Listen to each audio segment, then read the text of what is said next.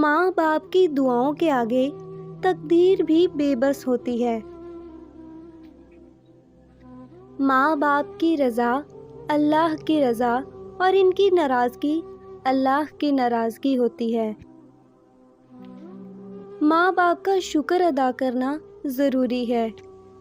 ماں باپ کے چہرے کو ایک بار نظر شفقت سے دیکھنے سے حج مقبول کا ثواب ملتا ہے۔ اگر دنیا آنکھ ہے تو ماں اس کی بینائی۔ ماں کے قدموں تلے جنت ہوتی ہے۔ ماں ناراض ہو تو خدا کبھی راضی نہیں ہوتا۔ ماں وہ رشتہ ہے جو تمام رشتوں سے افضل ہے۔ ماں کسی فرشتے سے کم نہیں ہوتی۔ ماں باپ کی دعاؤں کے آگے تقدیر بھی بے بس ہوتی ہے۔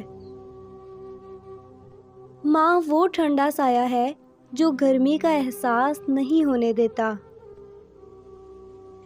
ماں کا حق کوئی بشر ادا نہیں کر سکتا۔ ماں کبھی اولاد کے دکھ نہیں سہ سکتی۔